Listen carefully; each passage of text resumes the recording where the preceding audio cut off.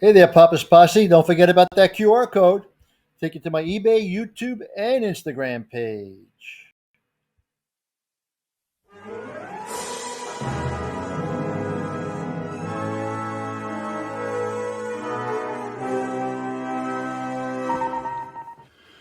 Well, welcome back to the channel there, Papa's Posse. Once again, it's time for Papa's Comic Books. A little bit of coffee and more. Today we have Marvel Comics Group 2001, The Space Odyssey number 4.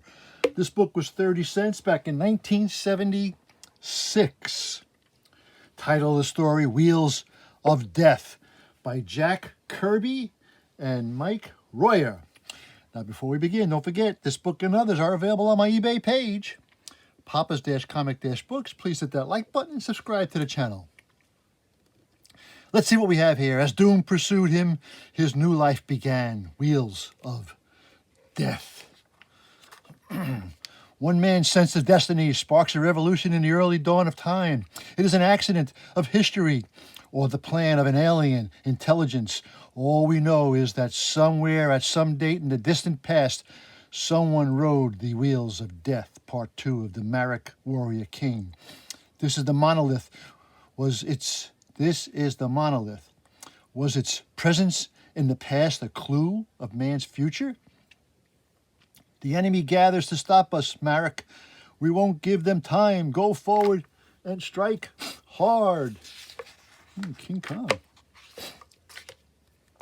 It will be some 200,000 years before Napoleon sweeps across Europe in a wintry defeat in Russia, but Marek has already forged a unified army. From a small nucleus of Stone Age hunters, when he meets the inventor of the wheel, Marek moves against the world. Smash the foe. He cannot stand against us. Forward, forward. We are invincible. Death to all who oppose us. Take all those who we do not kill and make them part of us. Thus we grow larger. Thus we conquer. Stand fast. Do not run. See, they are evil spirits. Their weapons flash in the sun like wrath, like fire. They have harnessed demon beasts who move like the wind. Flee, you vermin, flee before the fighters of Marek. And then you can get a Slim Jim. Okay. The enemy is fear-stricken. He makes a feeble attempt at resistance, but weapons of stone are no match for what Marek hurls against them. Hold fast, but our spears cannot stop them. This Marek is a demon's own whelp. Stone Age axes, spears, and arrows fly and shatter against tempered metal. The enemy, like his weapons, finds himself outclassed and obsolete. Cling. Cries of dismay turn into howls of pain. It is the day of the sword, and the sword belongs only to the Marek's raiders. They cut through the enemy like reapers through a field of wheat. The fighting is savage and short-lived. When the sun sets over the scene of carnage, Marek's army has pushed on. Behind it lies a field where nothing moves but the vultures in the sky. But Marek's campaign is far from over. His raiders travel swiftly and travel far. A village burns wherever their wheels' tracks can be seen. Thus the name of Marek's reaches across the undreamed of distances. Those who escaped his sword carry tales that paint his image in words of terror. There comes a day when this fear spreads to Jalisa's land. Here the word is carried by runners who compose the communication system devised by the wise ruler himself. This is bad news. Jalisa must learn of it. Along a chain of stone outposts, each runner delivers the messages to the next. What I have told you is true. Carry this news to Jalisa. I start at once. Ooh, comic fans. Ooh, customizing your van. I like that. Here we go. The name of Marek reaches the fabled ruler, who receives it with a cool and studied serenity. Surely Jalisa cannot ignore my message. Our runners never lie, fairest one. This place is the greatest danger, so it seems. Jalisa is the descendant of a line of female rulers who established a matriarchy which has flourished and grown and gathered to it many tribes in need of wisdom. But This may be the end of us if we do not arm for battle this very moment. The terror sweeps forward like the wind, wise one. Your words are not lost on me. Like the rulers before her, Jalessa has been trained to distill fact from wild exaggeration. It is the evident that some unknown barbarian has gathered a sizable force and has moved it across the vast distance. She begins to reflect more upon the man than upon the danger. This is a time when we shall be sorely tested. There will be answers in the spirit chamber. I must not be disturbed. You shall be obeyed. The spirit chamber is aptly named, for there is a spirit here. It reveals itself to Jalessa alone. When the spirit comes, it hovers above the great pit and gives her a conclusion, a counsel on making difficult decisions. This Marak, I am told to fear, seems more like a vision of destiny than a demon from the mouth of darkness. Jalessa feels a strange stirring in the chamber and knows that the link between herself and the stone spirit grows stronger. Soon it will appear. Come to me, spirit. Weave yourself into being a destiny. Weave my life with the fiber that shape lives everywhere. The monolith appears in the pattern of crackling energy, alien to the earth, and projects sounds made among the stars. A strange bond exists between these two, yet Jalessa is unaware that it has appeared to others, to Marak as well. The girl moves forward to stand in the airy glow. Then her every thought flies open to the inscrutable stone as visions pour into her mind in exchange for many long minutes. She will receive these images without fear. They will mold her future and humanity's alike. Time is swiftly running its course. The coming of the raiders is no longer a tale of distant horrors. It is the clash of arms that rocks the echoes of the very borders of Jalessa's land. What are they going to do? What are they going to do? Let's see. It is a force protected by metal shields. The foe strikes, but he does not wound. Drive them from the field. It is a cavalry fearsome of deadly thunders to its task with the killing efficiency never seen before. We've broken their ranks. It's a rout. After them, pursue them to the last man. It is a caravan of food and supplies that moves with the raiders across the vast distances. Marak has revolutionized tribal warfare on a grand scale. Faster, you dullards. We've lost sight of our fighters. Does Marak never weary? Are we ever to reach this Jalessa's land? See to the stragglers. Keep them moving. This is Marak's dream. Nearing its fruition, the visions which have plagued and driven him are almost a reality. Onward, onward! Finally, there are no more hills to be crossed. The prize stands before him on a great unbroken plain. The walls, that large mound-like structures, at last are within his grasp. Jalessa's land. This is where she rules. But awaiting Marak's blow is a defense of massive size. The walls bristle with weapons and organization equal to his own. Many are destined to die on both sides. Behold, the raiders are at our gates. That is a mighty host, but they shall know defeat this day. They shall also get their first taste of a flaming pitch. Form the battle line. Move forward when the word is given. Events seem perched on the edge of slaughter. When huge gates are suddenly flung open, a horse plunges through, bearing a female rider.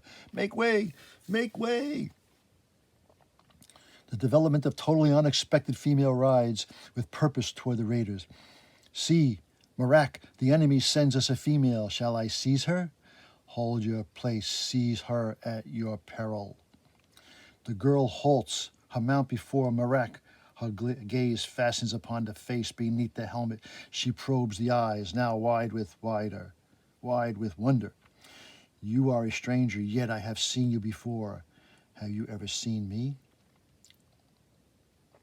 Many times in 1,000 dreams, and once in a bright vision, inspired by a stone spirit.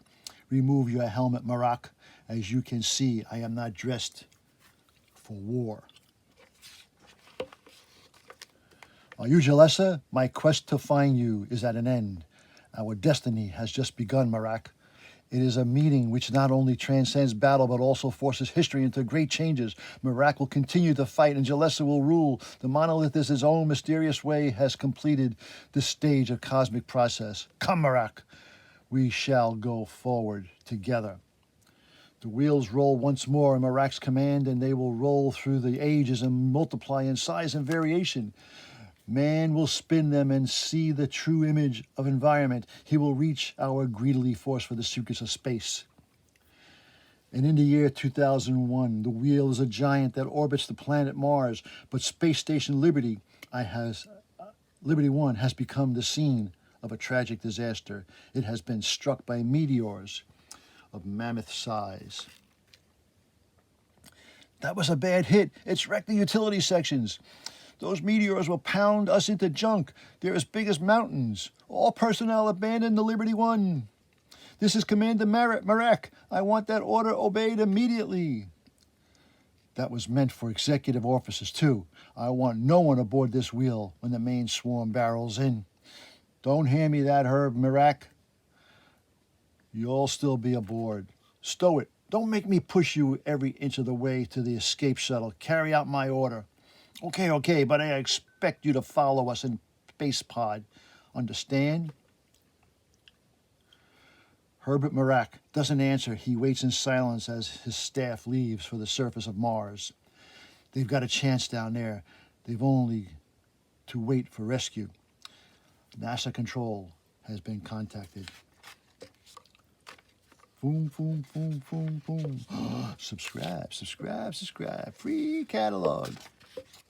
Here we go. A video check confirms that departure of the survivors Merak's size. He knows that he will never follow them to Mars' surface. Good luck and Godspeed to you all. The main force of the meteor swarm will be upon the doomed station before Merak can escape. He calmly seats himself before the larger screen to take a look at death. Although the meteors are still 20 minutes from impact, magnification reveals their terrifying nature. They are almost planetoid in size. It will be a spectacular finale for a tired workhorse. There's nothing left to do now but wait. Merak leans back in his chair. He experiences no regrets. He is a 2-star general who has run Earth's finest space project. There are few men with similar achievements to their credit. Suddenly, Merak lurches forward. There is something on the screen, something which shouldn't be there.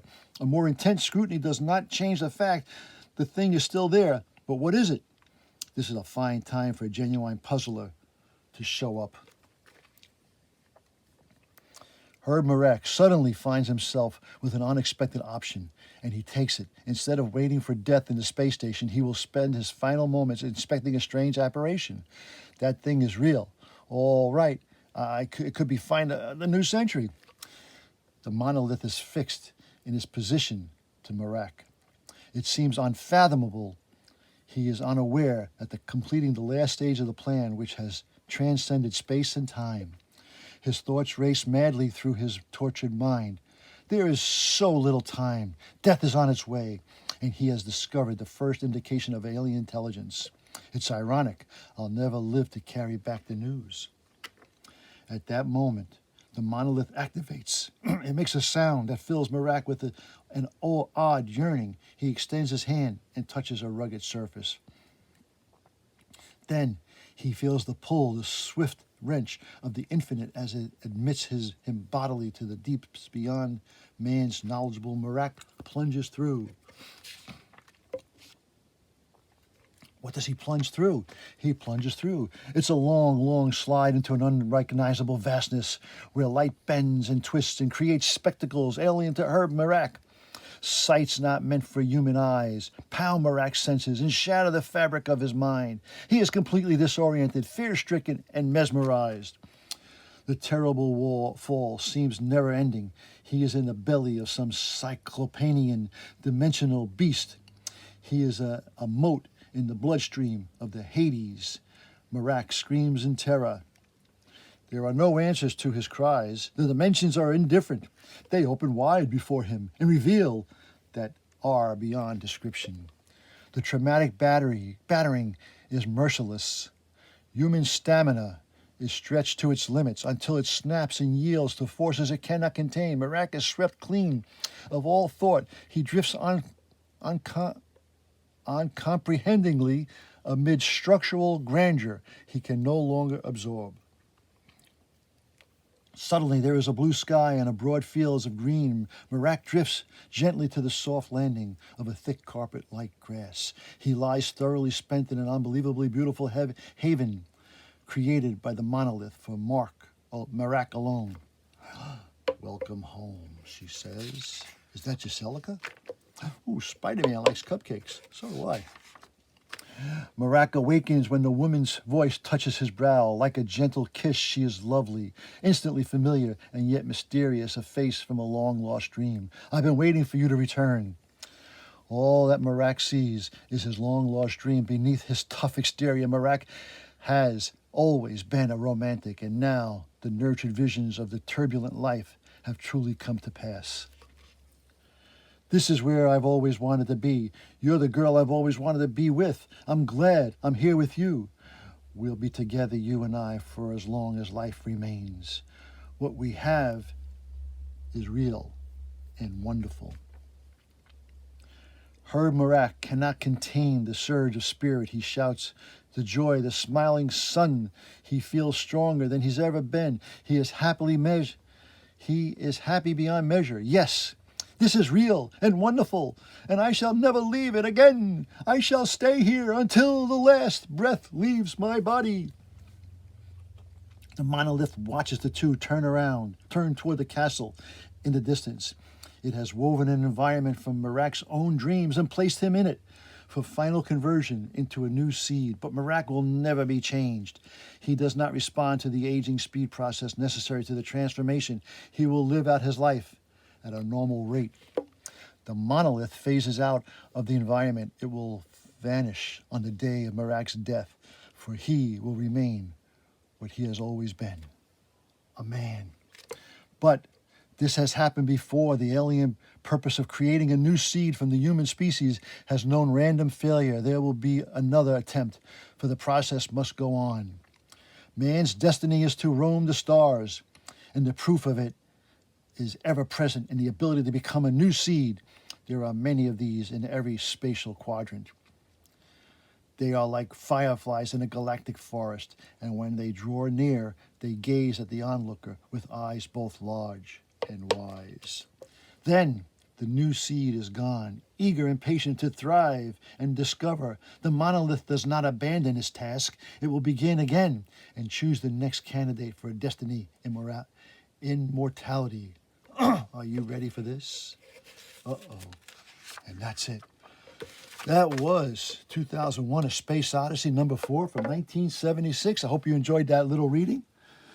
Excuse me. Now, don't forget, this book and others are available on my eBay page, Papa's-Comic-Books. Please hit that like button and subscribe to the channel. And as Papa and Marak always say, that was easy. Until next time, Papa is out.